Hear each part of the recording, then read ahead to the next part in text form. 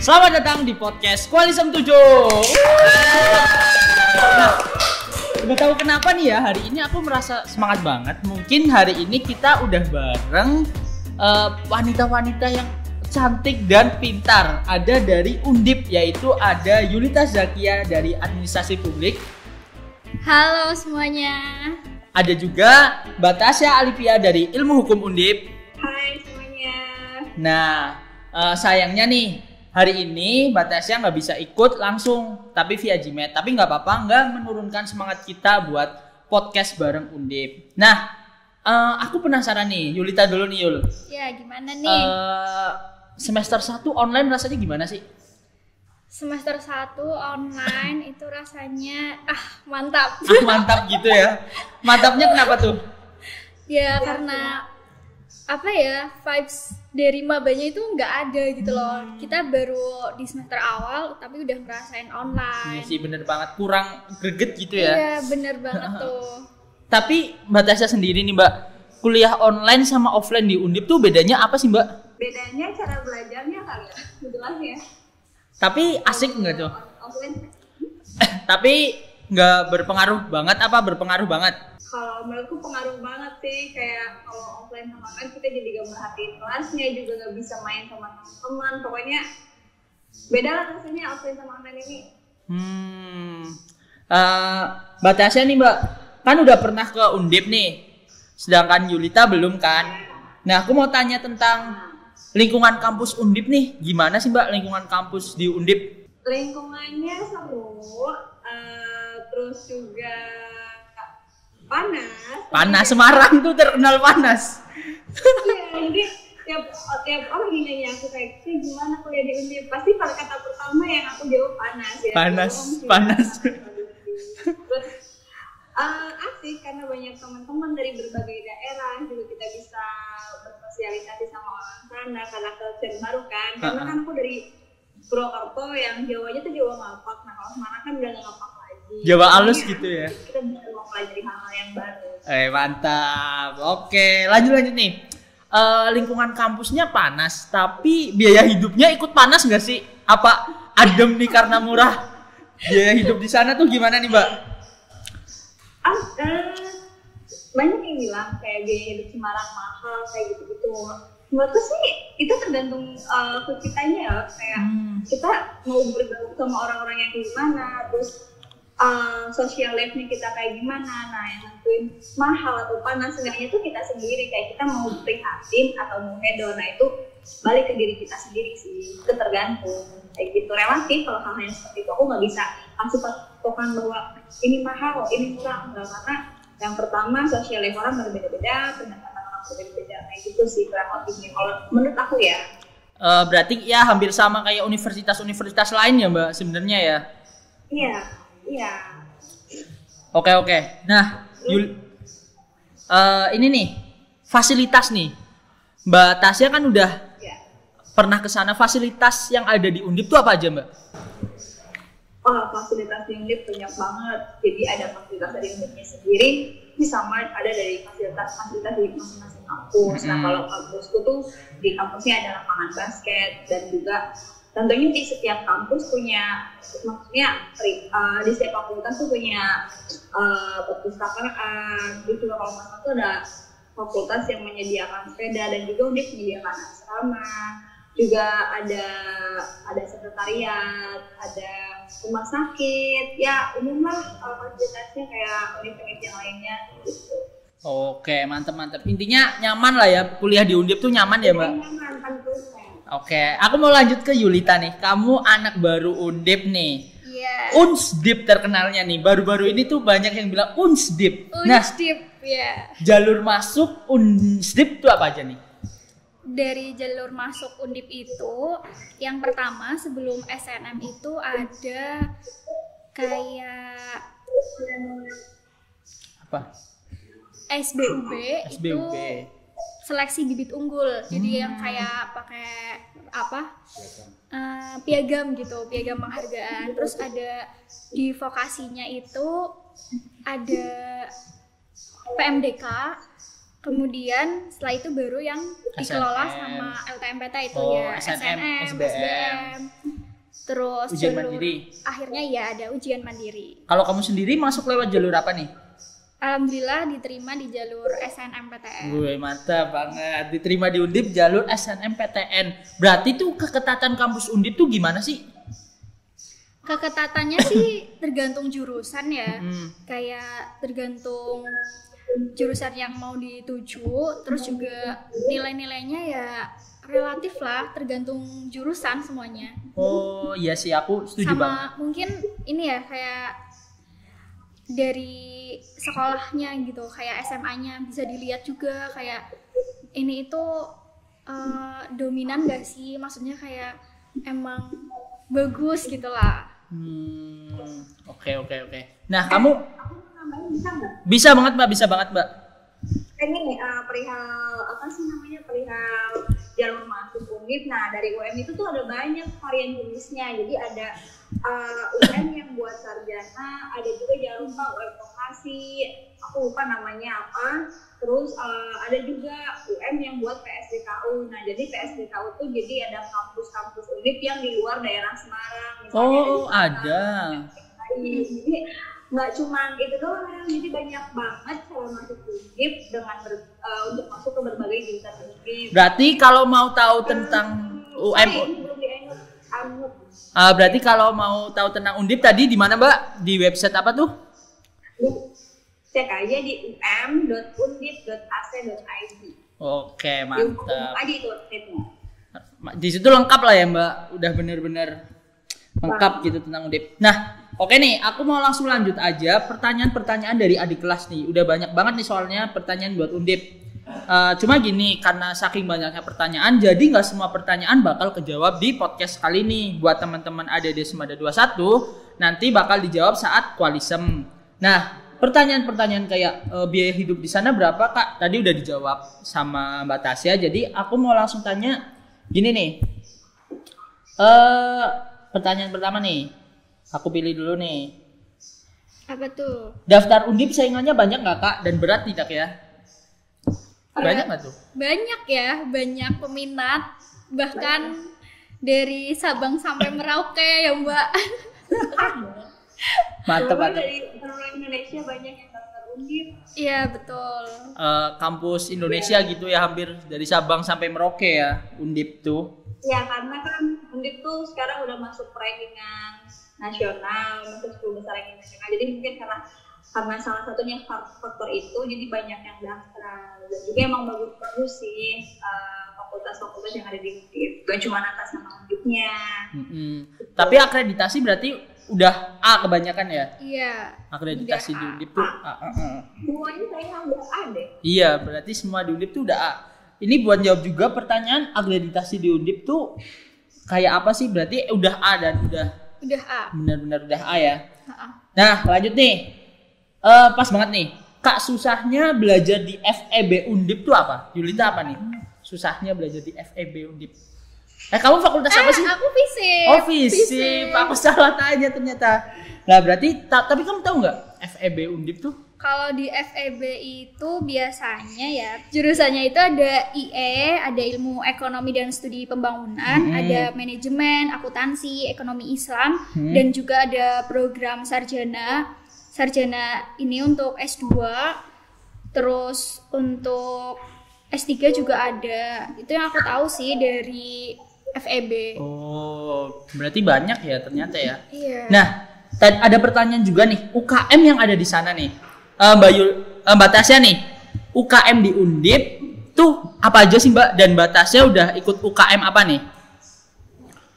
Oke, jadi banyak banget UKM yang ada di Undip. Nah, UKM itu kan mungkin teman-teman udah tahu kalau di Semada kan, oh ya udah UKM kan sama aja kayak Ekskul. Sih kalian. Nah, kalau di Semada tuh kan kayak udah level Semada. Nah, kalau di Undip itu kita beda, ada UKM fakultas dan UKM Undip yang Undipnya. Nah, kalau UKM fakultas, setiap fakultas beda UKM-nya, kayak UKM atau ekstra yang emang berkecimpung di dunia masing-masing fakultas itu. Nah, kalau Undip ranahnya lebih general, lebih umum dan siapa aja boleh masuk sana. Nah contohnya kalau di hukum, ini aku ngomong UKMF dulu ya. Nah kalau di hukum ada Sedorespak itu tentang keadilan semu, terus ada ALSA itu Asosiasi Anak Hukum se-Asia kalau nggak salah. Terus ada juga KRD, Kelompok Riset Debat dan yang lain-lain. Nah kalau misalnya level UNDIP-nya itu ada banyak banget, ada UKM penjelajah alam, terus ada menembak, ada panahan, ada bola, ada nakza, pokoknya banyak banget sih dan itu seru-seru semua. Dan pokoknya kalau misalnya teman-teman kita masuk UNDIP harus dicoba dan pokoknya keren soalnya. Oh, nah kalau aku sendiri aku ikut kalau UNDIP-nya aku ikut UKM menembak, jadi aku belajar bagaimana cara menembak. Wah mantap. Aku aja udah ketembak nih hatinya Mbak, aku udah ketembak gitu. Aku hatinya udah ketembak sih. Terus ikut apa lagi Mbak? Kalau fakultas aku ikut Sedorespak atau kayak asosiasi yang ikut peradilan semu gitu, kayak belajar bagaimana jadi hakim, jadi jaksa dan yang lain-lain. Nah kalau UKMF FEB ada yang mempelajari tentang saham kayak gitu banyak deh, pokoknya tiap fakultas beda-beda. Berarti banyak banget ya, emang kalau disebutin nanti sampai maghrib lah, nggak bisa nih podcastnya. Yang penting undip doang nih. Iya bener. Lah kalau kamu Yul ikut UKM apa nih? Kalau aku itu UKM-nya di teater Diponegoro. Oh itu teater univ atau fakultas tuh? Itu teater univ. Kamu udah ikut? Udah. Mantap. Terus ini lagi magang di himpunan jurusanku di Departemen Administrasi Publik. Itu ngapain tuh? Himpunan itu ya kayak wadah organisasi dari jurusanku administrasi publik itu. Himpunan itu masih di tingkat jurusan gitulah. Oke. Nih ada yang tanya tentang Kesmas. Kesmas tuh. Iya nih. Aku mau tanya nih Kak, Kesmas di Undip itu gimana ya Kak? Secara garis besar. Kalau Kesmas nih, dari informasi dari teman aku, dia itu masuk jalur SBM kemarin dengan skor itu rata-rata sekitar 614 itu udah bisa masuk tahun ini. Dan ini Kesmas ini jangan disamakan ya dengan FK karena beda banget. Karena di sini Kesmas itu lebih ke cara preventif dan rehabilitatif, yaitu kayak meningkatkan derajat kesehatan. Yang udah sehat ya harus ditingkatkan lagi kesehatannya, yang sakit ya dengan cara penyembuhan kayak gitu. Terus udah gitu kalau matkulnya itu masih dasar-dasar sih katanya, kayak anatomi fisiologi, ada kesehatan lingkungan, promosi kesehatan, dan yang terakhir nih prospek kerjanya itu nanti luas banget, nggak harus di dunia kesehatan gitu. Oke, aku bener-bener awam sih tentang Kesmas itu. Nah, yang banyak ditanya ini tentang UKT. UKT di Undip itu kisaran berapa? Dari Yulita dulu, kamu UKT-nya kisaran berapa Yul? Kalau dari aku ini dapat UKT yang 2,4 itu golongan berapa ya? Golongan 3 kalau nggak salah. Jadi UKT itu berdasarkan pendapatan orang tua sih. Jadi beda-beda juga. Kalau Mbak Tasya, UKT itu ilmu hukum kisaran berapa Mbak? Nah kalau buat ilmu hukum itu sendiri, range UKT-nya itu kan ada golongan 1 sampai 8 nih yang baru. Nah range-nya itu dari 0 rupiah sampai kalau nggak salah itu 7,5 juta. Nah makanya teman-teman takut nih kayak aku perlu kenal UKT mahal kayak gitu-gitu. Nah itu tuh depends on, tergantung ke pendapatan orang tua seperti yang tadi kita jelasin. Terus juga tergantung kayak pendapatan orang tua sih, sama mungkin nanti dibuktikan dengan sertifikat dan yang lain-lain kayak gitu-gitu. Nah tapi tiap jalur masuk itu berbeda-beda. Kalau nggak salah tuh untuk yang SNM sama SBM memang tadi range-nya 0 sampai 7,5 juta. Nah nanti juga yang UM tuh ada biaya lagi, kalau nggak salah namanya semacam uang pangkal gitu. Uang pangkal. Misalnya buat yang anak UM ada tambahan buat sebelum masuk tuh 40 sampai 45 juta kalau nggak salah. Nah, sekali lagi untuk lebih jelasnya dan lebih spesifiknya, mungkin yang mau daftar ke Undip bisa cek di um.undip.ac.id. Mantep banget, itu udah lengkap ya, udah kayak kitab Undip gitu ya. Jangan lupa kalau misalnya kita keberatan nih perihal UKT kayak kita dapat golongan 4 tapi merasa keberatan mungkin karena corona atau mungkin apa gitu. Nah, nanti teman-teman bisa mengajukan banding UKT. Nanti juga Undip menyediakan banyak banget solusi kalau misalnya teman-teman keberatan atau memiliki halangan bayar UKT. Nah, mungkin banding UKT itu misalnya kalian semester 1 dapat golongan 4 tapi dirasa berat, nanti semester 2-nya kalian bisa bikin banding kayak aku keberatan UKT 4 dengan alasan tertentu, nanti bisa dipertimbangkan sama tiap evaluatifnya kayak gitu sih. Pokoknya jangan sampai takut untuk masalah biaya, pasti ada selalu ada solusi di setiap masalah. Wes mantap emang keren banget nih. Nah, lanjut nih, ada pertanyaan unik nih Kak, harga apartemen di Undip atau sewa apartemen itu berapa sih Kak di Semarang? Ini kayaknya mau bisnis properti nih, bukan mau kuliah nih anaknya nih. Waduh, tinggi banget. Tahu nggak nih harga sewa apartemen Yul? Atau Mbak Tasya tahu nggak harga sewa berapa apartemen? ya Mbak? Aku nggak tahu loh. Aduh, maaf nih aku info ini. Kayaknya sih sekitar kalau beli satu unitnya itu 400-an apa ya? Dari Semada 20 juga ada kan yang Iya, ada. Tuh harganya tuh berapa? Harga belinya satu unitnya tuh 400, sekitar 400-an. Kalau sewa per tahunnya itu bisa sampai 30. 20 sampai 30 lah. Ya. Tadi soalnya kita udah tanyain dulu masalah ini tuh sama ternyata tuh segitu tuh. Nah, buat ada satu nih yang mau bisnis properti bisa banget tuh ke Undip, soalnya udah ada harga-harga yang ditentukan. Di Undip tuh baru ada apartemen baru kan, nanti teman-teman mungkin yang sultan bisa beli apartemen nanti disewain kan anak-anak Undip. Iya tuh bener banget tuh, buat nongkrong anak Semada 21 tuh yang di Undip. Berarti anak Semada salah satu harus nyewa apartemen biar jadi ya. Iya kayaknya bener Mbak. Oke. Nah, pertanyaan terakhir nih. Ciri khas apa sih yang dipunyai Undip? Ada nggak ciri khas khusus yang dipunyai Undip? Ada nggak nih? Mbak Tasya atau Yulita mungkin mau jawab ciri khas apa yang dimiliki Undip? Mungkin kayak panas gitu udah jelas ya. Panas sih. Kayak planet panas gitu ya.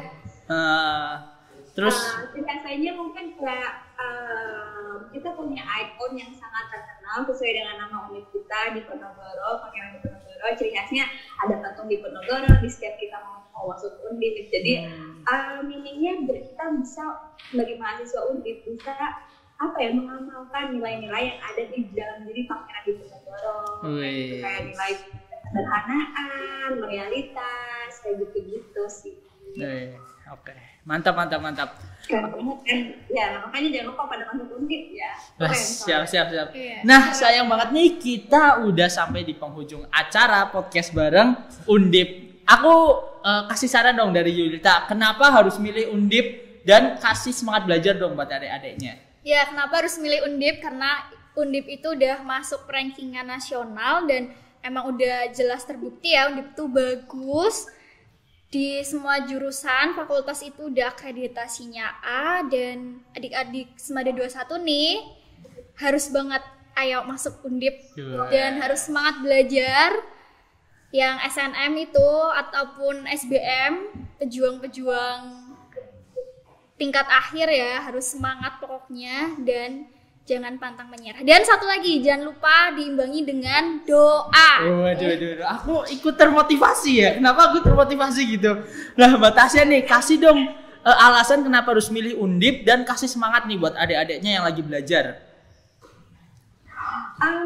Pokoknya buat teman-teman dari Semada 21, 22, 23 sampai 2030 harus pilih Undip karena Undip tuh sangat bagus, vibes kuliahnya kerasa banget, dan juga kita bisa ketemu dari teman berbagai daerah. Juga Undip tuh selalu kayak membantu teman-teman yang udah lulus kayak menyalurkan mau kerja di mana gitu. Pokoknya jangan sampai nyesel nggak pilih Undip, pokoknya bagus banget deh. Dan juga buat teman-teman, motivasi dari aku tuh jangan lupa untuk selalu belajar, berusaha, dan berdoa, meminta restu orang tua, minta maaf ke siapapun, karena usaha plus doa orang tua dan orang-orang yang tercinta itu bakal selaras dengan hasil yang kita dapatkan, apapun jalurnya, apapun caranya. Jadi semangat terus. Waduh, ini kata-kata dari dua Sri Kandi ini benar-benar menusuk hati aku nih. Jadinya aku ingin termotivasi buat belajar nih. Oke, makasih banget nih buat Yulita yang udah hadir di podcast kali ini, buat Mbak Tasya yang udah menyempatkan waktunya bareng-bareng ngobrol-ngobrol di podcast Koalisem 7 ini. Nah, buat adik-adik Semada 21 tetap pantengin Koalisem 7, tetap semangat belajar dan jangan lupa berdoa. Oke, sampai jumpa di podcast selanjutnya. Dadah.